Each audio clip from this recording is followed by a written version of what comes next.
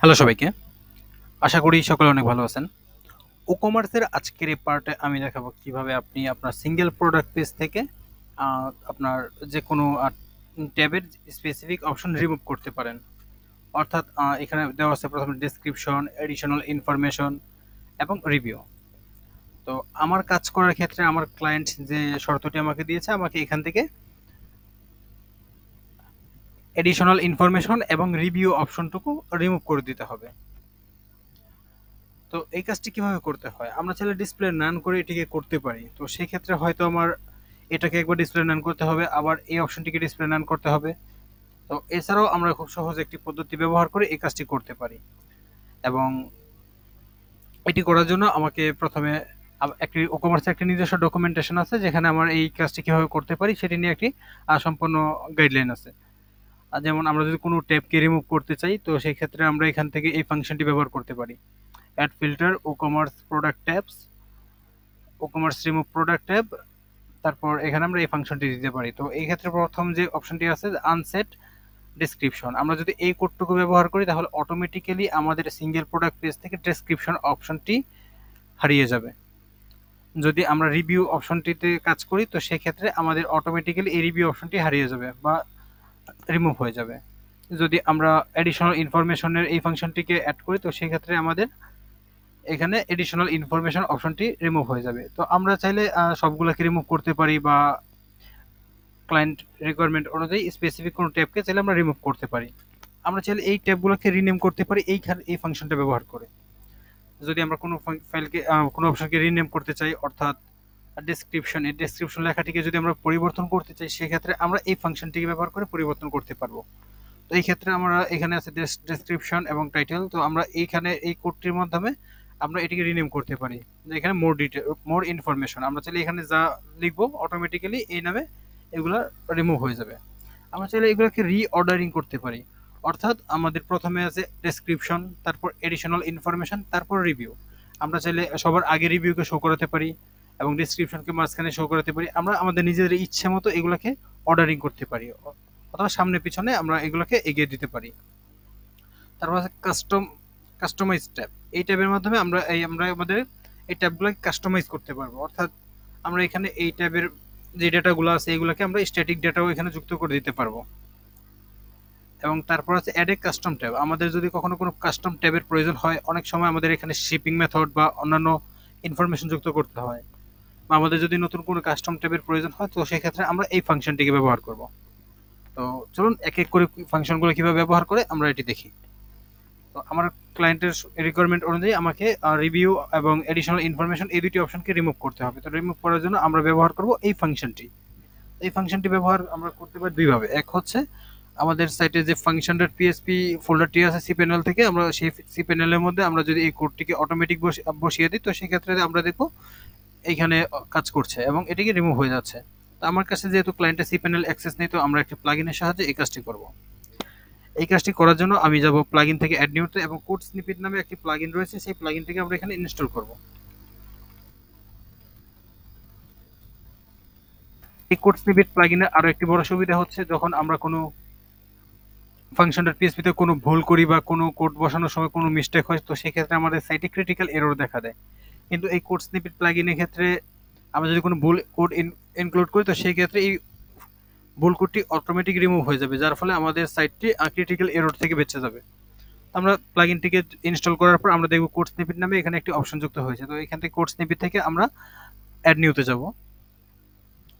Add new থেকে আমরা এখানে দিব যে আমাদের এখান থেকে রিমুভ করতে হবে দুইটি অপশন, এডিশনাল ইনফরমেশন এবং রিভিউ।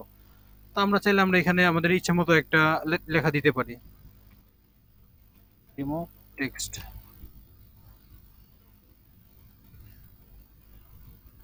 Remove tab. তো যদি আমরা রিমুভ ট্যাব আমরা এখানে ইচ্ছে মতো একটা টাইটেল দিয়ে দিতে পারি আমাদের বোঝার সুবিধার্থে। আমরা যদি এই কোডটিকে সরাসরি কপি করে এখানে ব্যবহার করি তো সেক্ষেত্রে আমরা দেখব যে আমাদের সবগুলো ট্যাব এখান থেকে রিমুভ হয়ে যাবে। কপি করে আমি যদি এটিকে এখানে এখানে বসিয়ে দিই এবং এটাকে যদি আমি 7 অ্যাক্টিভ করে দেই তো সেক্ষেত্রে আমরা দেখব আমাদের এই পেজ থেকে আমাদের অটোমেটিক্যালি ডেসক্রিপশন, এডিশনাল ট্যাব এবং রিভিউ তিনটাই রিমুভ হয়ে গেছে। তো রিলোড দেওয়ার পর আমি দেখলাম যে আমার এখান থেকে ৩ টা অপশন রিমুভ হয়ে গেছে। কিন্তু আমার ক্লায়েন্টের শর্ত ছিল অনলি ডেসক্রিপশন থাকবে, বাকি ২ টা রিমুভ হবে। তো এই ক্ষেত্রে আমরা এখান থেকে ডেসক্রিপশনটি সরিয়ে দেব। আমরা যেটিকে এখান থেকে রিমুভ করে দিব, এটি হচ্ছে ডেসক্রিপশনের জন্য, এটি হচ্ছে রিভিউর জন্য এবং এটি হচ্ছে এডিশনাল ইনফরমেশনের জন্য। এখন আমি যদি ডেসক্রিপশন এই লেখাটিকে এখান থেকে রিমুভ করে দেই, তার মানে এটি ডেসক্রিপশনের জন্য আর এই ফাংশনটি কাজ করবে না। এটি শুধু রিভিউ এবং এডিশনাল ইনফরমেশনের জন্য কাজ করবে। আর যেটি আমি চাচ্ছিলাম। আমি এটি দেওয়ার পর এখন যদি আমি এই পেজটিকে রিলোড করি, তো সেক্ষেত্রে দেখবো আমার ডেসক্রিপশন অপশনটি ফিরে এসেছে এবং বাকি ২ টি অপশন রিমুভ হয়ে গেছে। এখানে ডেসক্রিপশন এবং আমাদের এখানে এডিশনাল ইনফরমেশন এবং আ রিভিউ অপশনটি রিমুভ হয়ে গেছে। তো আপনি চাইলে আপনার ইচ্ছামতো আরো যদি কোনো অপশন রাখতে চান, যদি আপনি চান যে এডিশনাল ইনফরমেশনটি রাখবেন, তো এইটুকু রিমুভ করে দেন আর শুধু রিভিউ অপশনটি আমি রিমুভ করে দিলাম। বা আপনি চাইলে আপনার ক্লায়েন্টের চাহিদা মতো রিভিউ অপশন বা যেটি প্রয়োজন হয় আপনি ওটিকে এখান থেকে এখানে যুক্ত করে দিবেন। এবার যদি আমি রিলোড করি, তো আমি দেখবো আমার এডিশনাল ইনফরমেশনটি যুক্ত হয়ে গেছে। তো আশা করছি এটি কিভাবে করতে হয় আপনি এখন সহজে করতে পারবেন। কারণ আমরা যদি পরের অপশনটি দেখি যে রিনেমিং, আমরা কিভাবে এগুলোকে রিনেম করতে পারি। তো রিনেম করার জন্য আমরা যদি এই ফাংশনটা ব্যবহার করব, তো এটিকে আমরা যদি কপি করে সরাসরি ব্যবহার করি, এটাকে কপি করলাম। কপি করার পর আমি চাইলে আলাদা একটি নতুন একটি স্নিপেট নিতে পারি অথবা এই স্নিপেটের মধ্যে আমরা কাজ করতে পারি। এখানে এন্টার দিয়ে আমি নিচে এই কোডটি বসালাম এবং আমি চাচ্ছি ডেসক্রিপশন লেখাটিকে চেঞ্জ করব। এখানে আমাদের প্রথম রয়েছে ডেসক্রিপশন, আমি চাচ্ছি এই ডেসক্রিপশন লেখাটিতে প্রোডাক্ট ইনফরমেশন দিব। তো আমরা এখানে জাস্ট এই লেখাটিকে এডিট করব। মোর ইনফরমেশন এটিকে আমরা চেঞ্জ করে দিব প্রোডাক্ট ডিটেলস। আমি যদি এটিকে লিখে এটিকে লিখে এখন সেভ করি, তো সেক্ষেত্রে আমি দেখবো আমি যেহেতু আদার্স এই দুইটিকে আমি আর পরিবর্তন করিনি, তো সেক্ষেত্রে আমরা এই দুটিকে রিমুভ করে দিতে পারি। শুধুমাত্র যেটি আমি পরিবর্তন করব ওই অপশনটি এখানে রাখবো। এবার যদি আমি এটিকে সেভ চেঞ্জেস করি, এবার এখানে আমি যদি রিলোড করি, আমার এখন আছে ডেসক্রিপশন। যদি আমি এটিকে রিলোড করি, তো সেক্ষেত্রে আমি দেখবো এটি চেঞ্জ হয়ে গেছে এবং চেঞ্জ হয়ে এটি হয়ে যাবে প্রোডাক্ট ডিটেলস। এখানে শো করছে প্রোডাক্ট ডিটেলস। তো আপনি চাইলে খুব সহজে এভাবে এটিকে পরিবর্তন করতে পারেন। তো আমার এই কাজটি আমার প্রয়োজন নেই, তো আপনি চাইলে এটিকে করতে পারেন। আমাদের যদি কখনো কোনো ট্যাবকে রিনেম করার প্রয়োজন হয়, তখন আপনি এই ফাংশনটি ব্যবহার করে খুব সহজে করতে পারেন। এবং এরপর আসছে রিঅর্ডারিং। তো রিঅর্ডারিং ফাংশনটি কাজ করে কিভাবে, যে কে আগে শো করবে কে পরে শো করবে এই ব্যাপারটিকে হাইলাইট করে। যেমন আমাদের যেটার প্রায়োরিটি যত কম সেটি আমার প্রথমে শো করে। যেমন এটা প্রায়োরিটি হচ্ছে 5, তার মানে এটি প্রথমে শো করবে। তারপরেরটা হচ্ছে প্রায়োরিটি 10, তার মানে এটি সেকেন্ড শো করবে। তারপর প্রায়োরিটি হচ্ছে 15, তো এটি হচ্ছে তারপরে শো করবে। তো এইভাবে এটি কাজ করে। আমরা যদি এটি কপি করি, কপি করে যদি আমি আমার কোর্স লিপিতে আবারও বসাই, তো বসানোর পর আমাদের এখানে বর্তমানে আছে প্রোডাক্ট ডিটেলস আগে এবং এডিশনাল ইনফরমেশন পরে। তো আমি চাচ্ছি এডিশনাল ইনফরমেশনকে আগে দেখাতে। তো এডিশনাল ইনফরমেশনকে আগে দেখানোর জন্য আমি এখান থেকে রিভিউটি বাদ দিয়ে দিই, যেহেতু আমাদের রিভিউ অপশনটি নেই। এবং আমি চাচ্ছি ডেসক্রিপশনটি পরে শো করবে এবং এডিশনাল ইনফরমেশনটি আগে শো করবে। যার ভ্যালু যত আমরা কমিয়ে দিব আমাদের সেটি আগে শো করবে। তো আমি এখানে এডিশনাল ইনফরমেশনের ভ্যালু বা প্রায়োরিটি আছে 15, আমি যদি এটাকে 5 করে দিই, তো সেই ক্ষেত্রে দেখব এটার প্রায়োরিটি এটার ভ্যালু কমে গেছে, আর যেটা কম থাকবে সেটাই আগে শো করবে। আমি যদি এখন এটাকে সেভ করি, তো আমি দেখব অটোমেটিক্যালি আমার এডিশনাল ইনফরমেশনটি ডেসক্রিপশনের আগে শো করছে। যদি এটাকে এখন রিলোড করি পেজটা, সেক্ষেত্রে আমি দেখব যে এডিশনাল ইনফরমেশনটি আগে শো করছে এবং ডেসক্রিপশন লেখাটি তারপরে শো করছে।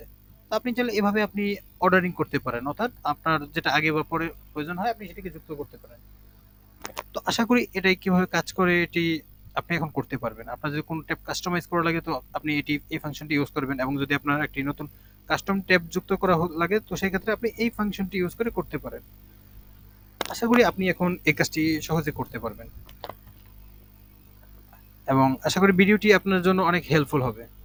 তো ধন্যবাদ সবাইকে, ভালো থাকবেন।